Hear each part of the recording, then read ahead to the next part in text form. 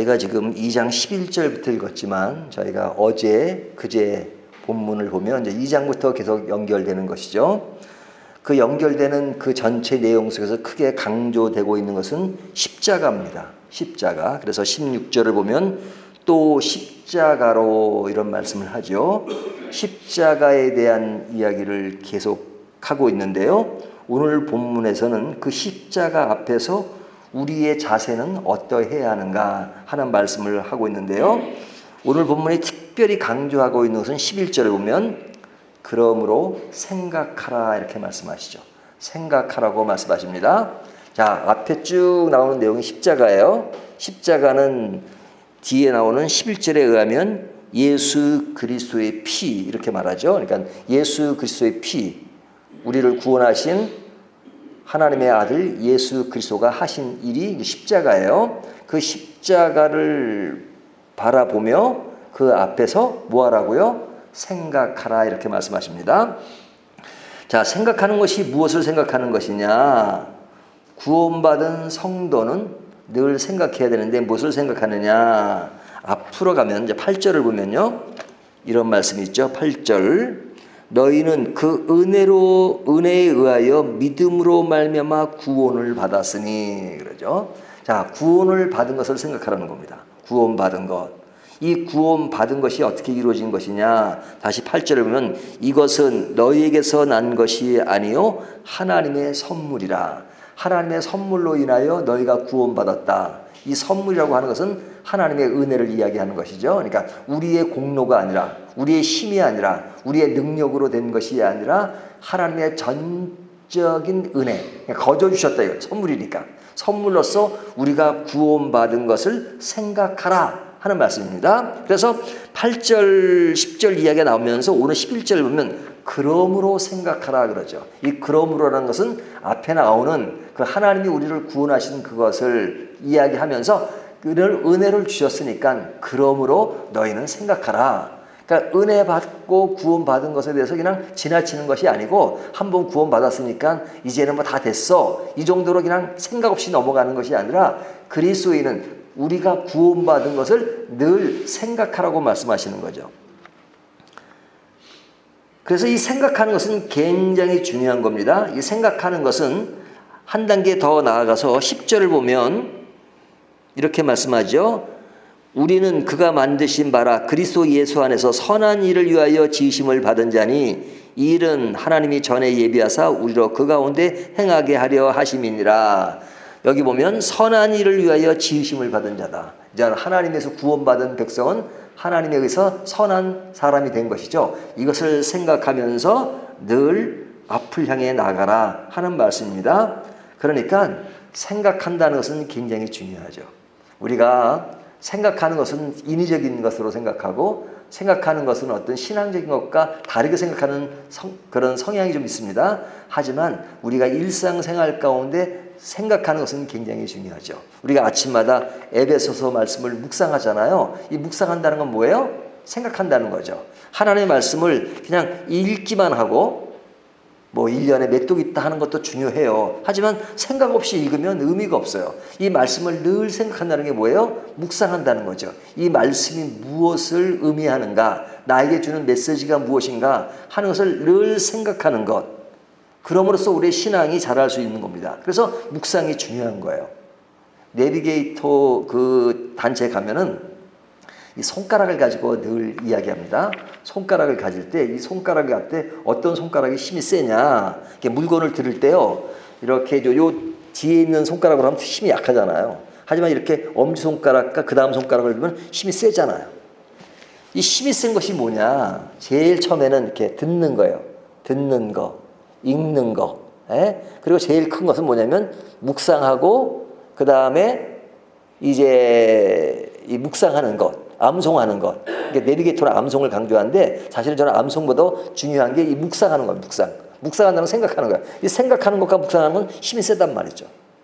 말씀을 읽기만 하고 듣기만 하면 그냥 항상 그 자리에 머물 가능성이 많아요. 하지만 늘 말씀을 생각하고 이 말씀이 무슨 뜻인가. 그래서 우리가 예전에 읽었던 성경이라도 또 묵상하고 묵상하면 그 속에 깊은 뜻이 자꾸 되새겨지잖아요. 묵상이 그만큼 중요하다는 겁니다. 이 묵상은 생각하라 하는 겁니다. 이미 구원 받았으니까 끝나는 것이 아니라 구원받은 성도를 하더라도 자꾸 믿음이 약해지고 그리고 하나님 우리를 구원하신 그런 것보다는 자꾸 다른 방향으로 갈 때가 많아요. 그럴 때마다 뭐라고요? 늘 생각하라 이렇게 말씀하죠. 그래서 성경을 보면 생각하라는 말씀을 많이 강조하는 것을 볼 수 있어요. 우리가 에베소서는 교리적인 요소들이 많잖아요. 하지만 이 교리적인 요소에도 생각하라는 것을 늘 강조합니다. 자, 그렇다면 무엇을 생각하느냐? 11절을 다시 보면요. 그러므로 생각하라 너희는 그때. 자, 그때를 생각하라는 겁니다. 그때를 생각하라는 말이다. 또 뒤에도 보면 그때란 말이 또 반복되기도 하는데요. 자, 그때 지금 1차적인 독자는 누구예요? 에베소 교인들이잖아요. 그 에베소 교인들에게 너희는 그때를 생각하라. 그때가 어떤 때냐? 11절을 다시 보면요. 그때 육체는 이방인이요 손으로 육체행한 할례를 받은 무리라 칭하는 자들로부터 할례를 받지 않은 무리라 칭함을 받은 자들이라. 자, 첫 번째는 육체로 너희가 이방인이었다. 에베소 교회 안에 보면 뭐 유대인들도 있었지만은 그러나 이방인들이 많았잖아요. 이방인들이 예수를 믿고 그리고 그곳에 와서 교회를 시작한 겁니다. 그러니까 이 사람들이 유대인의 관점에서 보면 이방인이에요. 이방인은 구원이 없다고 생각했고 그리고 무시했죠. 유대인들이. 하나님을 알지 못하는 백성이라고 무시했습니다. 근데 그들이 말하는 것처럼 육체적으로는 이방인이었어요. 그리고 11절을 보면 그들이 할례받은 사람들이죠. 할례받은 사람은 누구예요? 유대인들이죠. 유대인들이 그 이방인을 향해서 너희는 할례받지 않은 사람이니까 칭함을 받은 사람들이 아니다. 우리만 칭함을 받고 너희는 칭함을 받은 사람이 아니다. 그래서 유대교에 들어가려면 이방인이 유대교에 들어가려면 먼저 유대인으로서 할례를 받는 행위를 먼저 해야 돼요. 그래야지만 되고 또 이 에베소 교회나 고린도 교회나 이런 데 이 유대인들이 주장했던 게 뭐냐면은 그냥 이방인들이 예수를 믿으면 일단 유대인이 되었다가 크리스찬이 되어야 된다. 이거 엉뚱한 소리 한단 말이죠. 그래서 사도 바울이 늘 그것을 뭐라 그러는 거예요. 그러니까 유대인들이 자기들이 어떤 선입감을 버리질 않아요. 그러니까 이방인들은 유대인이 되면 할례를 받고 그리고 나서 예수를 믿어야 된다. 그러니까 예수를 믿을 자격도 유대인이 되어야 된다만 생각한 겁니다. 그러니까 이방인들은 굉장히 무시를 당했죠. 자, 그런 너희가 과거에 그랬던 것을 생각하라. 12절을 보면 그때, 여기도 그때 또 나오죠. 그때 너희는 그리스도의 밖에 있었고, 자, 이들은 그런 유대인이라 볼 때는 그 이방인이지만 그러면서도 또 그리스도의 밖에 있었다. 또 예수를 믿지 않았던 상태에 있었단 말이죠. 그래서 약속의 언약에 있어서도 외인이다. 약속의 언약들에 대해서는 외인이요 세상에서 소망이 없고 하나님도 없는 자이더니. 자, 예수를 믿지 않을 때 그 이방인들의 상태, 그때는 뭐 외인이고 그리고 세상에 소망이 없고 하나님이 없는 자였다. 그거죠. 이것은 뭐 그 당시에 에베소 교인들뿐만 아니라 오늘날 우리도 마찬가지죠. 우리가 예수 믿기 전에 우리의 상태는 외인이요 또 하나님을 모르는 자요 세상에 속한 자였다 이거죠. 자, 이런 그때를 생각하라는 겁니다. 그때 우리의 모습. 자, 그러면서 또 뭘 생각하느냐? 13절을 보면 이제는 그러죠. 이제는. 자, 그때 우리의 모습을 생각하고 그 다음에 그것이 지나서 이제는 전에 멀리했던 너희가 그리스도 예수 안에서 그리스도의 피로 가까워졌느니라. 자, 예전에는 누구를 멀리했어요? 예수님을 멀리했죠. 예수님을 안 믿었으니까 멀리했던 너희가 이제는 그리스도와 가까워졌어요. 무엇으로? 예수 그리스도의 피로. 피라는 것은 뭐예요? 십자가로 우리가 가까워졌다 하는 이야기를 하죠. 그러니까 그리스도의 피로 인하여 멀어졌던 그리스도와의 관계가 이제 가까워졌으니까 얼마나 큰 변화가 우리에게 일어나는 것입니까? 굉장히 큰 변화가 일어난 거죠. 이 변화는 우리의 일생을 뒤바꾼 겁니다. 우리의 삶을 완전히 뒤바꾼 겁니다. 예수 믿지 않는 삶과 믿는 삶에 대한 것은 그냥 뭐 조금 바뀐 것이 아니라 완전 인생을 뒤집어 놓은 거예요. 그리스도 안에 속해 있는 것과 그리스도 밖에 있는 것과 하나님 나라의 백성이 되는 것과 하나님 백성이 아닌 것의 차이는 극과 극의 차이입니다. 천국과 지옥의 차이고요. 이것은 삶과 죽음의 차이예요. 그러니까 엄청난 차이죠. 이런 변화를 생각하라. 지금 너희가 이제는 그리스도의 피로 가까워졌지만 예전에 어떤 상태에서 그리스도로 가까워졌던 그 모든 내 삶의 여정, 신앙의 여정을 생각하라 하는 겁니다. 자, 이런 생각과 더불어서 오늘 본문이 말하는 것이 뭐냐면, 자, 그러면 우리에게 그때가 있었고 이제가 있는데 그때와 이제 사이에서 무슨 일이 벌어졌는가? 자, 우리의 과거에 그때가 있었어요. 이제는 변화가 됐어요. 그럼 그 사이에 어떤 일이 벌어졌느냐? 예수님이 우리의 변화를 위해서 일하셨죠. 그 일하신 것이 뭡니까? 십자가죠. 십자가.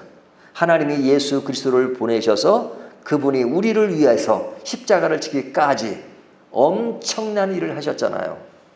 우리가 에베소서 말씀은 진짜 우리가 늘 아는 말씀이에요. 하지만 이런 것을 다시 한번 되새기게 만드는데 하나님이 구원을 계획하셨고 그 계획을 이루시기 위해서 예수 그리스도를 보내셨어요. 그 보내는 과정까지 구약의 모든 내용이 뭐예요? 오실 메시아에 대한 얘기를 하잖아요. 율법을 이야기하고 또 예언을 통해서 메시아가 오실 것이다. 그리고 메시아가 오셔서 십자가를 지시고 우리는 이미 오신 메시아를 통해서 구원이 이루어진 것을 알잖아요. 그렇다면 이 과정이 엄청난 과정이잖아요. 하나님이 그 일을 위해서 지금까지 수고하시고 우리를 위해서 열심을 보이신 것, 그런 것이 우리의 그때와 이제 사이에서 일어난 일이었단 말이죠. 그래서 이런 일로 인해서 14절을 보면요.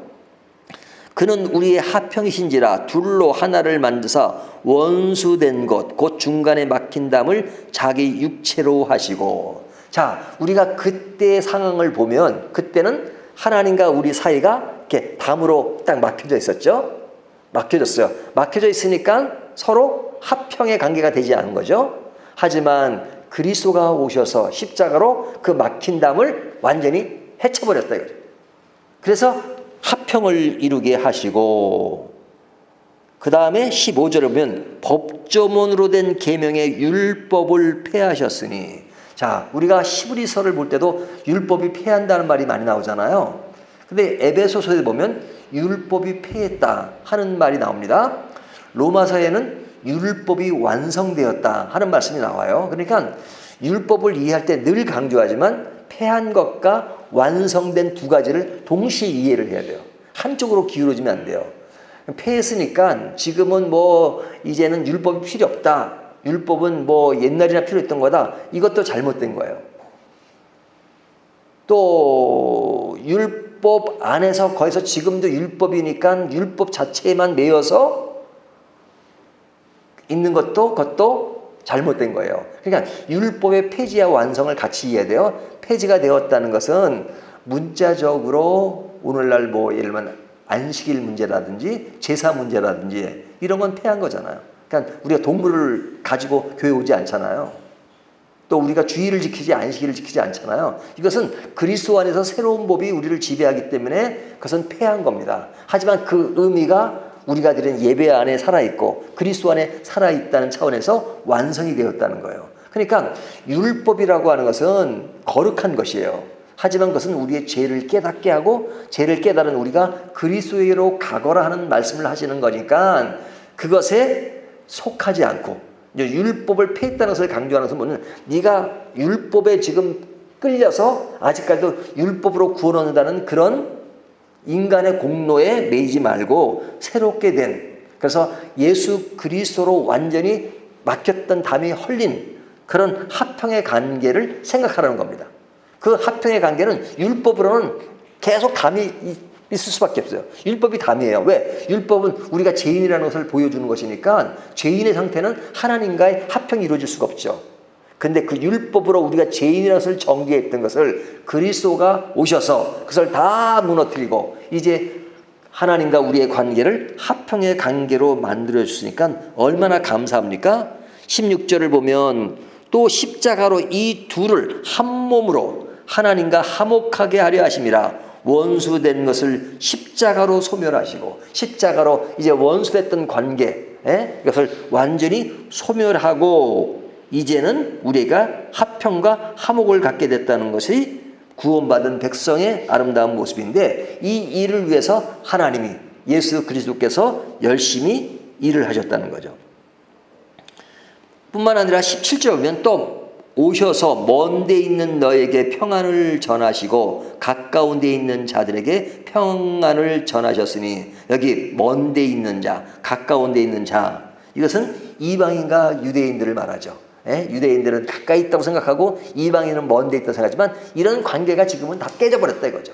가까운데 먼 데 있는 것이 아니고 그리스도 안에 있으면 이방인이든지 유대인이든지 다 같은 성도라는 거죠. 그래서 이것을 무엇으로 하나로 만들었느냐? 18절 보면 이는 그로 말미암아 우리들이 한 성령 안에서 아버지께 나아감을 얻게 하려 하심이라. 이제는 성령 안에서, 한 성령 안에서 우리가 이방인이 되든 유대인이 되든 이제는 하나의 권속이고 한 성도로서 그리스도 안에서 가까워졌고, 그리고 그 안에서 하나님의 자녀가 되었다는 거죠. 그러니까 예전에 이방인과 유대인으로 나눠지는 것처럼 넌센스는 없는 거죠. 지금 무엇으로 하나가 된 거예요? 성령 안에서. 그것이 보여지는 모습이 교회 안에서.